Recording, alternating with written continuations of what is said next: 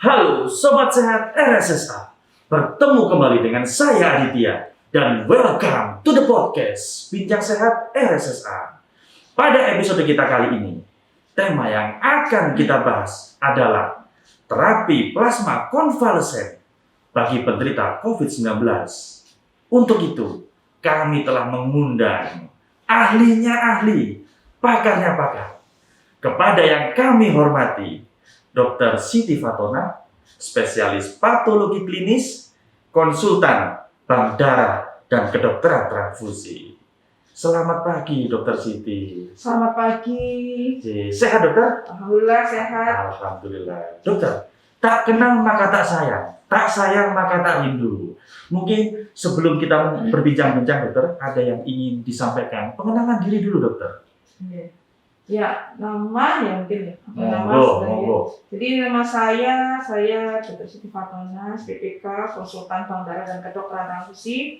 Sehari-hari saya sebagai kepala unit transfusi darah Rumah Sakit Saiful Anwar. Ya mungkin seperti itu. Oke, Dokter. Baik, pertanyaan pertama. Question number one. Yes. Dokter, sebenarnya terapi plasma konvalesen itu apa, Dokter? Ya.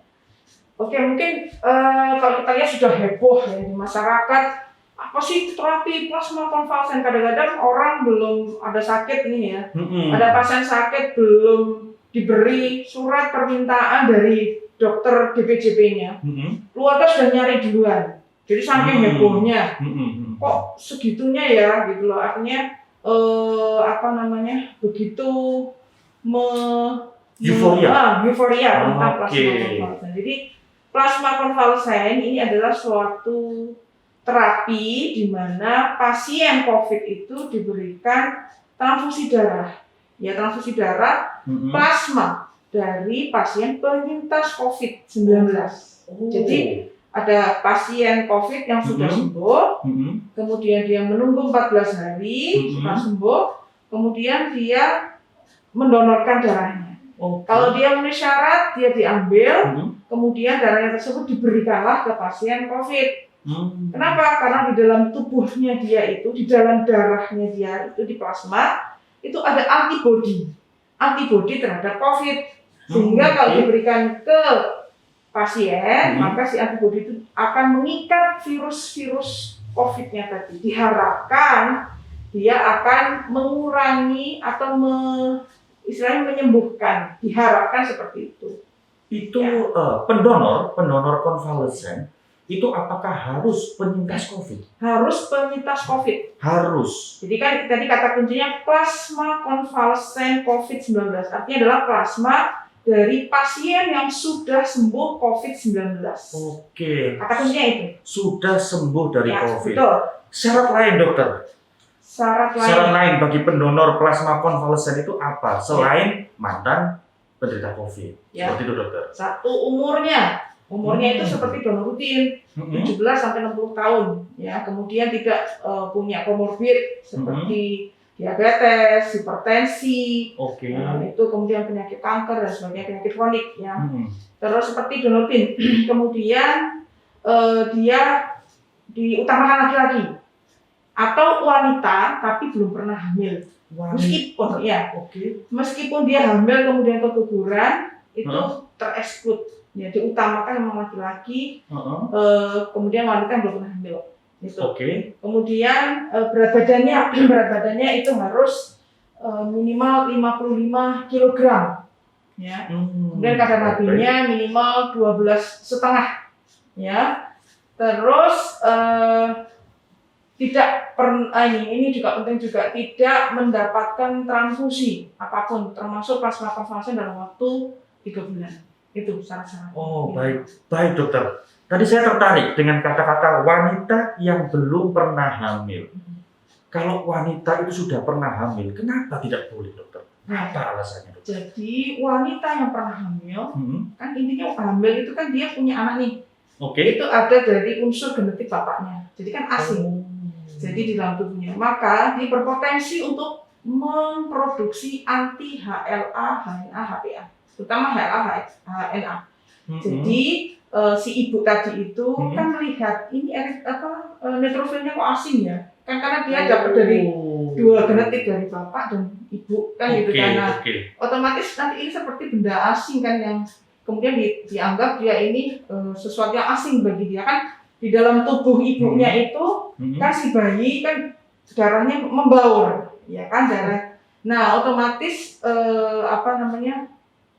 limfosit dalam tubuh ibunya itu akan mengenali loh ini kok ada sesuatu yang beda. Nah dia potensi akan menimbulkan anti HLA tadi itu. Baik. Nah kalau diberikan ke pasien maka dia disimpulkan namanya TRALI, transfusion related acute lung injury. Jadi suatu keadaan di mana si anti HLA-nya tadi itu atau anti HLA itu dia akan berikatan dengan neutrofil atau trombosit dalam darah pasien, kemudian dia akan mengendon dia akan bergulir di dalam, terutama itu kan yang paling mudah itu adalah di kapiler di paru. Nah intinya akan nantinya pada akhirnya dia akan menimbulkan kerusakan di paru. Kerusakan di paru? Betul, akan menimbulkan kerusakan di paru. Pada akhirnya nanti parunya itu tambah parah, kan COVID sudah sakit paru nih. Tambahan ada itu nanti tambah parah. Berpotensi memperparah. Berpotensi, belum tentu tapi berpotensi. Ada tadi anti HNA dan HLA. Baik dokter. Ini saya juga penasaran dokter. Plasma konvalen memiliki dampak yang cukup signifikan bagi penderita COVID. Biayanya kira-kira berapa ya dokter ya kalau boleh saya tahu? Kalau biaya itu tergantung kebijakan dari masing-masing ya. Jadi sebenarnya biaya itu adalah untuk menggantikan. Jadi kalau ada orang yang bilang kok ada beban pembiayaan ya, sebenarnya itu bukan pembiayaan, donor gratis, gitu. Kok misalnya gini ada satu stigma di masyarakat bahwa ini kok bayar sih betul. Jadi sebenarnya bagaimanapun kita menyiapkan produk plasma konvalesen ini nggak kaleng-kaleng kan gitu istilahnya. Jadi kan harus benar-benar ada syarat-syaratnya, ada tahapannya, ada reagen-reagen yang dibutuhkan, ada kit-kit alat yang dibutuhkan. Nah itu butuh biaya. Nah tapi kalau dirawat di RSSA karena kan di cover BPJS tidak membayar sama sekali, pasien tidak dibebankan biaya sama sekali. Apabila dirawat di RSSA tidak ada beban biaya. Tidak ada biaya sama sekali tidak bayar. Mantap dokter. Nah, begini dokter, biaya saya sudah mengetahui, terus syarat dokter pun sudah menginformasikan. Namun secara singkat saja dokter, prosedur bagaimana cara kita mendonorkan plasma konvalen maupun menerima plasma konvalen tersebut dokter, itu bagaimana? Secara singkat aja, prosedur singkat. Ya, prosedurnya. Jadi intinya si pendonor itu mengisi Google Form. Kami ada Google Form, ada 2 Google Form. Jadi 1 Google Form untuk donor plasma konvalesen. Yang kedua adalah untuk Google Form untuk donor rutin. Nah 2 itu. Nanti dari situ kita akan memverifikasi. Kira-kira memenuhi syarat atau tidak, intinya gitu. Nah nanti kalau sudah memenuhi syarat kita akan menghubungi lagi pihak pendonornya, kalau Anda memenuhi syarat silakan datang. Nah setelah itu nanti si pendonor akan diambil darah, kemudian akan dilakukan berbagai macam pemeriksaan.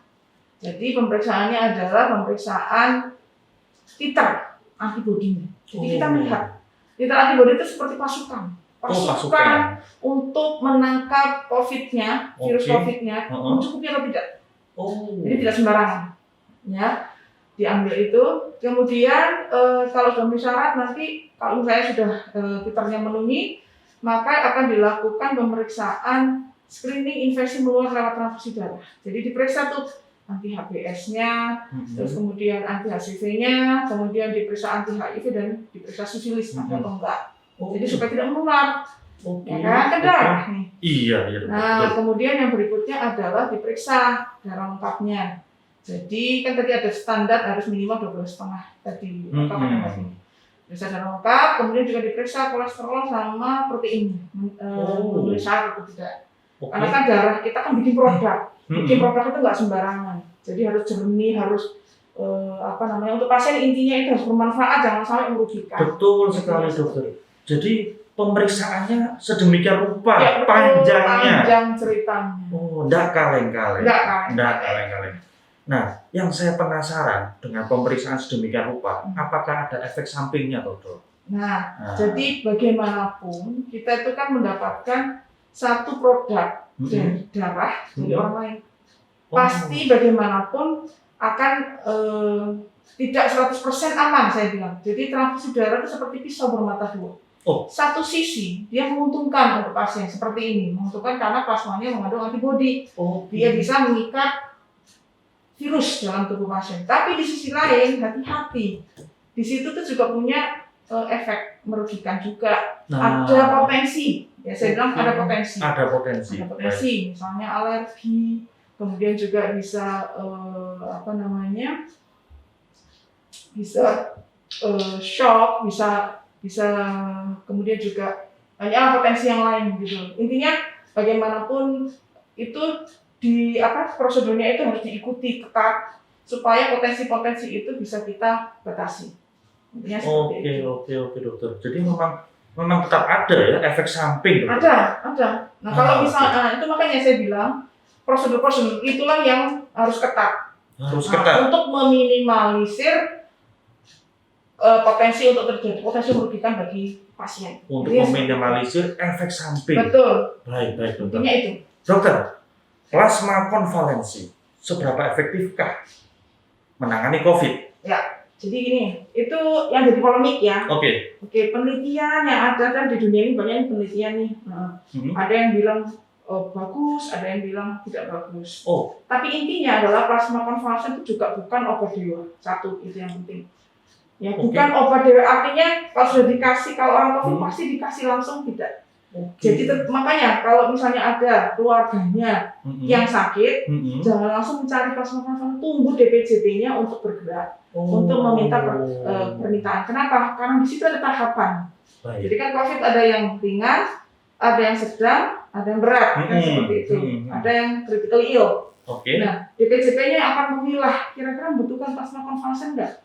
Karena sebenarnya plasma konvalesen itu bagusnya itu di sekitar antara ringan sampai sedang, di moderate. Di posisi ringan sampai moderate. Sebenarnya bagusnya efeknya di situ. Makanya saya bilang, tolong keluarga itu kalau ada keluarganya sakit belum apa-apa sudah mencari plasma konvalesen, itu salah. Tunggulah DPJP-nya itu menentukan gitu. Kadang-kadang juga ada ini pasiennya istilahnya sudah critical ill nih, sudah berat sekali nih. Kalau dikasih plasma konvalesen, justru di critical ill itu nggak berdampak gitu. Kurang berdampak, bukan tidak berdampak, kurang berdampak. Jadi saya bilang bahwa tunggulah DPJP-nya bergerak. Nanti yang tahu posisi mana dia akan memberikan plasma konvalesen. Dan ingat bahwa terapi plasma konvalesen itu bukan terapi definitif, ya artinya dia hanya sebagai tambahan. Terapi definitif itu adalah seperti oksigenasi sebenarnya. Yang di WHO dikatakan seperti itu. Jadi terapi definitifnya adalah oksigenasi. Ya. Terapi definitif. Artinya terapi yang benar-benar yang diakui ini aman oleh WHO itu adalah oksigenasi. Itu oksigenasi. Sedangkan kayak plasma konvalesen, kemudian dexamethasone dan lain sebagainya, apa itu terapi-terapi yang lain itu sebenarnya anti-IL-6 dan sebagainya. Itu sampai sekarang belum diakui bahwa itu terapi definitifnya dari plasma konvalesen, dari COVID-19. Kesimpulannya adalah bukan obat dewa. Betul. Salah satu opsi ikhtiar kita. Salah satu opsi ikhtiar kita untuk menyembuhkan pasien gitu. Baik dokter. Kira-kira dokter, di manakah kami dapat memperoleh plasma konvalesen tersebut dokter? Di rumah sakit atau mungkin ada di tempat-tempat yang lain dokter? Ya. Bisa diinformasikan mungkin? Jadi di UTD di berbagai macam UTD ya, UTD PMI dan UTD rumah sakit ya. Jadi UTD rumah sakit salah satunya seperti di Saiful Anwar. Nah, di Saiful Anwar itu bisa mendapatkan plasma konvalesen.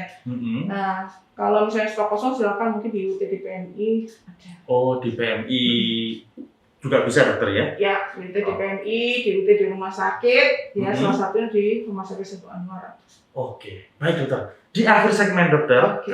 mungkin dokter ingin menyampaikan pesan singkat kepada masyarakat umum perihal tentang plasma konvalesen atau apapun, terserah. Monggo dokter, silakan. Jadi intinya begini, memang plasma konvalesen adalah satu bukan obat dewa, bukan segalanya. Ya, bukan segalanya.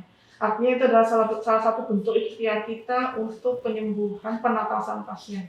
Ya, itu intinya itu. Jadi tunggulah DPJP untuk meminta, jangan langsung mencari. Oh. Ya, itu satu, karena stoknya terbatas. Kemudian bagi pendonor-pendonor yang penyintas COVID, karena stok itu terbatas, mohon kiranya untuk bisa membantu nyawa. Nyawa. Jadi membantu, saya bilang yang menyembuhkan Allah yang menyembuhkan Tuhan. Tapi bagaimanapun ini salah satu bentuk ikhtiar kita. Jadi bagi yang penyintas COVID, monggo kalau misalnya sudah sembuh, silahkan untuk mendonorkan darahnya di UT di rumah sakit atau di UT di PMI. Ya. Kenapa? Karena stoknya memang terbatas. Kan kasihan. Bisa menyelamatkan, ya ikhtiar untuk menyelamatkan nyawa pasien. Ya.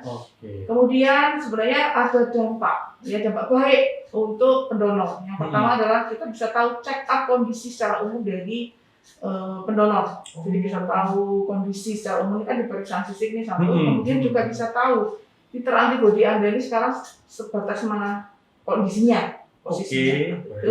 Kemudian bisa di screening IMTD, infeksi menular lewat transfusi darah. Jadi dia akan tahu kondisi Anda itu apa ada HBsAg-nya, ada HBsAg-nya dan sebagainya. Jadi kan seperti check up juga kan istilahnya. Kemudian juga screening golongan darah, ada nggak di dalam tubuhnya antibodi yang akan antibodi terhadap golongan darah itu. Kemudian juga di check up darah lengkapnya, kolesterolnya dan proteinnya, kan gratis. Kemudian yang terpenting juga pasien penyintas COVID itu rata-rata itu adalah kondisi tubuhnya itu hiperkoagulatif. Artinya itu dia mudah menggumpal. Dengan proses donor darah itu dia mengurangi kondisi hiperkoagulasinya. Jadi manfaatnya banyak. Jangan khawatir, jangan takut terus. Aduh nanti darahku kalau diambil habis dong saya antibodinya, sama sekali tidak. Kenapa? Karena orang sakit COVID itu sebenarnya dia sudah punya memori dalam tubuhnya. Jadi kalau antibodinya diambil dia akan produksi lagi. Jadi kayak sudah ada pabriknya di dalam tubuh. Jadi kalau diambil dia akan keluar lagi, diambil juga akan lagi. Luar biasa sekali. Jadi banyak sekali manfaat. Satu bisa sebagai salah satu ikhtiar yang paling penting untuk menyelamatkan yang ikhtiar ya saya bilang untuk penatasan pasien COVID, dan yang kedua manfaat bagi pasien pendonor maksud saya. Ya. Baik Dokter Siti, terima kasih atas waktu dan kehadirannya dokter. Dan bagi sobat sehat semuanya, nantikan episode-episode berikutnya yang tak kalah menarik. Dan yang terakhir, salam sehat untuk kita semua. RSSA Jaya.